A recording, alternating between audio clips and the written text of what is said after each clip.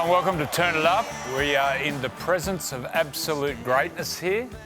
Champion player. I think the word champion gets used too much these days, but an absolute champion player, Brad Clyde. Thanks for coming. Thanks, Joey. I don't know about that, but I don't think Clyde gets the accolades he probably deserves. What do you think, Fred? Is that because, do you think maybe, because you sort of got out of football, didn't you? Like, you haven't been involved in footy in, the last 10 years? No, that's right. Yeah, it's on the same, through the period, for a lot of people, the end of the 80s, the 90s, and then the start of the 2000s, there was a big change in the game. And Clyde, you actually had the biggest say, I think, in the way it was changed, because I think you showed everyone what was possible, and Billy might talk about anything in a cello later, but you sort of taught everyone that, you know what, you can actually defend, get back, have a run, and then support. Like, you can actually be involved. Well, you changed the position. In every you changed the way forwards play. You definitely changed the way locks play, but I think you changed the way I think coaches thought about what a player could actually get into a game. And standards of the game. It was pretty incredible. Yeah, the game was in transition from essentially a less professional pub sport into something more professional. And I was thankful that I'd been coached by Wayne Bennett for that year. He was down in Canberra, taught me a great deal. But Tim Sheens gave me a rein to just rove the field. And so I was really lucky to get that. He wanted me to be at the breakdown every time there was an opportunity. He saw that as an opportunity for me to be involved. What did you like more, the professional or the pub sport? Because the pub sport was pretty fun by the sounds of things. Yeah, and for a young guy coming into a club that had so many champions, played. I started in '88. They played in the grand final and lost in '87. The expectations were pretty high. There was some big characters. Peter Jackson was enormous and fantastic person, as well as I learned a lot from him about driving a healthy culture. Mal, Gary Belcher, Steve Walters, Dean Lance, they were all players that I was learning from. And so the transition, we were working at during the day and then training at night. What were you doing? I was landscaping at the time. Straight out of school doing some landscaping. Yes. Incredible, very credible. I was laying pavers essentially and planting some plants, but and really loved it. And I felt that just the balance of doing both, not just being one-dimensional in just football. That first 7 years I really enjoyed compared to the fully professional. I was lucky to do half and half, and that fully professional period was wonderful, and I always wanted to do that, but I probably preferred the other. Super League, you didn't like the bank balance. That was. What about the '89 grand final? Without doubt, for me, the greatest grand final ever. Tell us about the '89 grand final. Well, it was an incredible day. We weren't meant to be there, let alone contest with Balmain. It was chock full of champions with the Balmain team. We had to win 10 straight to just be there and to win the grand final. So, and a lot of those games. How old were you here? I was 19. 19? Yeah. And just, it was a magic carpet ride for me. I picked up the Clive Churchill medal and playing alongside all these guys that I was getting my footy card signed by them only 12 months before, you know. It was a good time. What about those guys that were in your team, that, you know, Ricky Stewart, Laurie Daly, Mel Meninga? Does one stand above them all?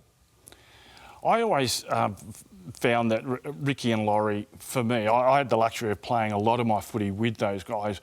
They were the best for me, and for different reasons. Laurie could turn a game on its head. His ability to read a game was fantastic. Where Sticky, he would narrate the whole game, and so he was a director of our team, and what that R-rated. The quality and what that brings to a team is enormous, so. Two different styles of players, but both champions. During that period also, we played an Origin team in that early 90s. What are your memories from... What was that, 92, 93, 94? Well, Gus was the coach, and he was hugely influential, super intense when you go into camp, and I loved that time. See this try here, like I remember this try from training. Can you tell us about this try?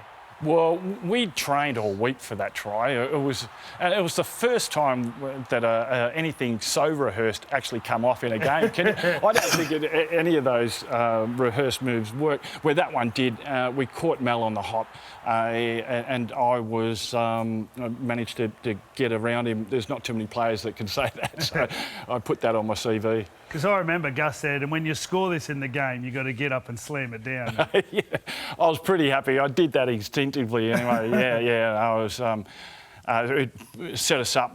During that period, we'd come off being beaten so often by Queensland because it was such a dominant team. But this was a start of something, and a lot of players were making a name for themselves, and it was a good time to be a part of the Blues. I think people don't realise you were involved with the horse riding, Wayne Pearce, where Robbie Kearns, but That's you right. actually fell off also. Yeah, that's right. I was out for 8 weeks. I missed the whole Origin series in '99. I was my first year at the Bulldogs, really enjoying my footy, but fell off a horse. Did you get caught in the stirrups and it dragged you? Yeah. Is that what you? It was, that's right. I was dragged along for. Did you get back on the horse? Have you been back on one since? I have reluctantly, only because I've got daughters, and we went on a bit of a tour, but it took a bit of doing.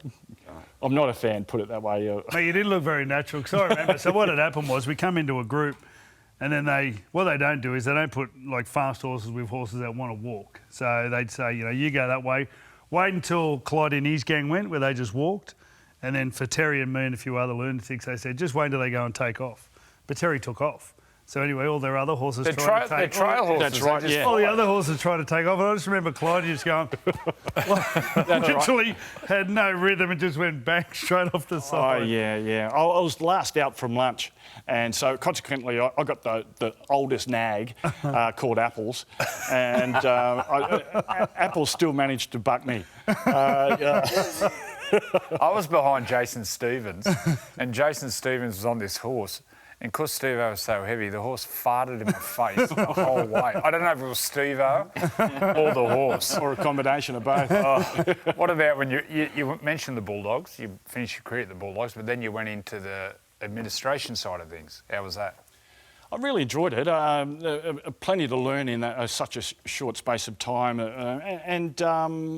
I had some leaders. Turvey was there, Bobby Hagan as CEOs. I learnt from those. And then Malcolm Node came in and was fantastic to learn from, given his News Limited background. There was some big personalities of the players that were there. There was Mace, Sonny Bill was there, Marco Mealy, Rennie Matua. Jonathan would have been there too at that time. Jonathan Thurston just started, and so you were there in 2003 when they won the grand final, and the bench was Jonathan Thurston, Sonny Bill Williams, Roy Asatasi, and Rennie Matua. It was a fair bench. Not a bad team. Oh, very much so. Yeah. It was chock full of some stars, and we were highly motivated that season. It was, it was an interesting time for the Dogs, and a different culture to the Raiders, where Steve Folkes really sort of concentrated on sort of working for each other and really training hard. We had Billy Johnson. Billy Johnson was our trainer. He'd uncompromising. Prepared a team really well, very different to what I'd come from, and so physically you were ultimately prepared. I learned a lot when I was at the Bulldogs, very different from the Raiders culture. You played lock forward. Is there any number 13s you enjoy watching at the moment? I enjoy Cameron Murray, watching him play. He's involved in the play, his work rate, but it's quality as well. When he takes the ball up, he's not just another hit. Isaac Yeo, I think, does a wonderful job week in and week out for his team. The positional play can vary from team to team. I think every player on the field should be working on their ball playing and being able to either tip on or create half a gap for their teammates. Both of those players do it well. You talk about 13s and how that's the position most probably that changes so much between teams and has changed so much over time. Yeah. Like, where did you defend? Any 13 now, they're they're dead in the middle. Where would you have defended in your time? I was just on the fringe outside of the second row. Yeah, right. Yeah. And to start with, myself and Laurie used to split. Because the halfback would sit behind a lot of the time. That's right. Second Sticky, line. and Sticky loved that. Just sledging people. Yeah. We had a deal. I'd do his tackling and he'd tell me what to do. And he did that really well. Well, you've gone into the corporate. Firstly, why didn't you stay in rugby league? A lot of the high-profile players go into the media like we did, or they go into coaching, or they go into administration. How come after the Bulldogs you left and went into the corporate world? A number of things. Some personal reasons. I had to look after my kids on the weekends. I was studying at the time. I did an MBA right at the end of my tenure at the Dogs, and so I wanted to use that knowledge, and so I stepped into the corporate world from 2008. And what are you doing now? Executive recruitment. So I'm dealing with. I lead in the industrial practice in a executive search firm, and I work with the ASX 300 to find their leaders, and it's no different to. Where would John's suit? Give us. Where's the organisation where Joey'd fit in as a CEO? No doubt the top echelon of one of the top mining companies, given his background in Novocastrian. Slipped straight in there at Whitehaven Coal, for instance. Thank you. Yeah. That'd be really good. What about the qualities or the traits that made you a champion player?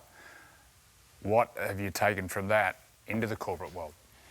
I think it's just the discipline. I pretty much the whole skill set you can transfer across, but I think firstly the discipline. I think being honest to yourself every day. I think if you can wake up and really try to be your best every day. It's not always achievable, but and setting yourself goals, trying to achieve those goals, whether they're financial targets or personal targets or whatever they are.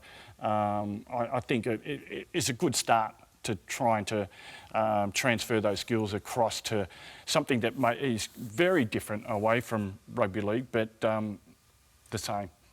What about your former team, the Canberra Raiders? Obviously, you've got a whole heap of injuries at the moment, but to see them come back against the Manly Sea Eagles on the weekend, as a former player, to show that sort of character, what does it mean to you? It meant everything. Those sort of wins you can build a season from. I was really happy to see them start the year so well. They were up on the top four for some time in the first month, and I don't see, there's no reason why they shouldn't be competing week in and week out. I think they've proven over the last number of years that they can beat the top teams. It's the games that they're expected to win, and that means turning up every week. And injuries certainly have an impact on all the teams, but I think if you can have a really healthy culture and where you can roll anyone into the team, whether it be 2 or 3 weeks on a short-term basis, it shouldn't impact the performance of the team. What do you think of the game today? I love watching the game. I love some of the athleticism, watching you guys play.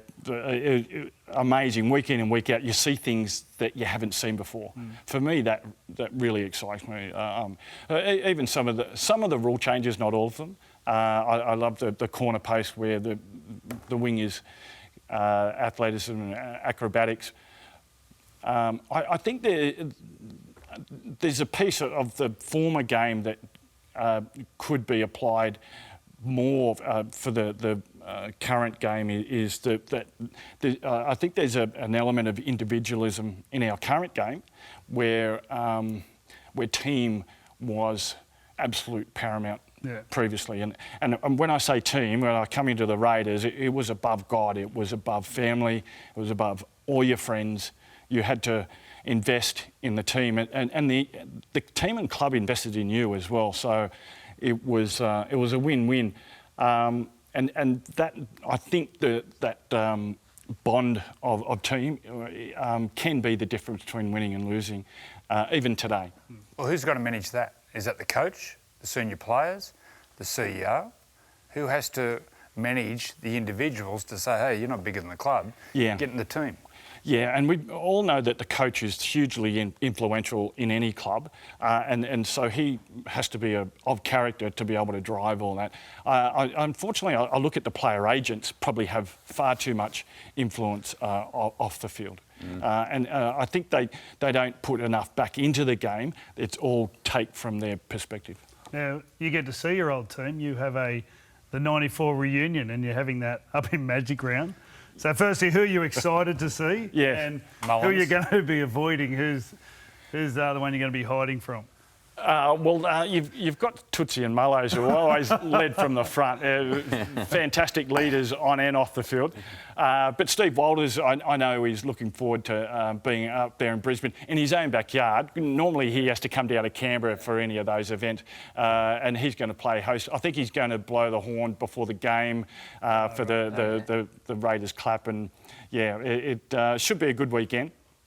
What about a player who's just revered in the game, Mal Meninga? Tell us about what he was like as a captain. Well, he would just set expectations. You guys have been influenced by him enormously. His expectations there was nothing less than winning, but with those expectations, he would show you how to win football games,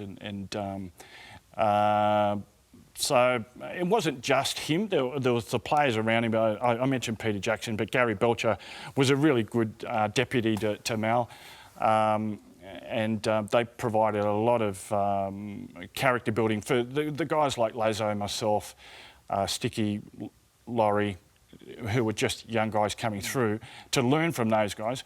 But Mal was ultimately the leader and led through performance, but also, as we know, it's not just on the field that you've got to perform. It's off the field as well, being a good person and everything's got to be completely focused about winning football games. He's just got this aura about him, hasn't he? Like he doesn't have to say a lot. I was actually involved at an Origin game. I was actually injured and I was up in the box and we went down to half time and he never said a word the whole half time to the group. I was waiting for him to address the team, but he felt that he didn't need to say anything, so he didn't have to talk to justify his position. He was comfortable with where the team was so at. He just stood there. He just stood there, and Cameron Smith was talking, and everything was said, and we went back up to the box, and I was sometimes it's actually saying less is just as impactful. He's been around footy for such a long time that in those instances he sort of knows what motivates players at that level. And if they're not performing, and sometimes the lesser said is more impactful. Well, Clydie, thanks for your time. Kids at home, if you haven't watched Bradley Clyde play, go and have a look on YouTube and you'll see what a champion is. So stay with us after the break for more of the Sunday Footy Show. But thanks, Clydie. Good. Thanks, Joey. Billy. Thanks, mate. Thank you. Cheers. Freddie. This year, NRL on 9 is your one-stop shop for all footy. That's right, Freddie. Not about the highlights. Action. 7 days a week. Billy and Gus podcast, get that on your drive on the way home. Immortal Behaviour. Grab a seat on the couch for that. And, of course, my favourite, Freddie in the 8. The best footy brains, the biggest games. Don't trust the algorithm. Subscribe to NRL on 9 and get all your entertainment there.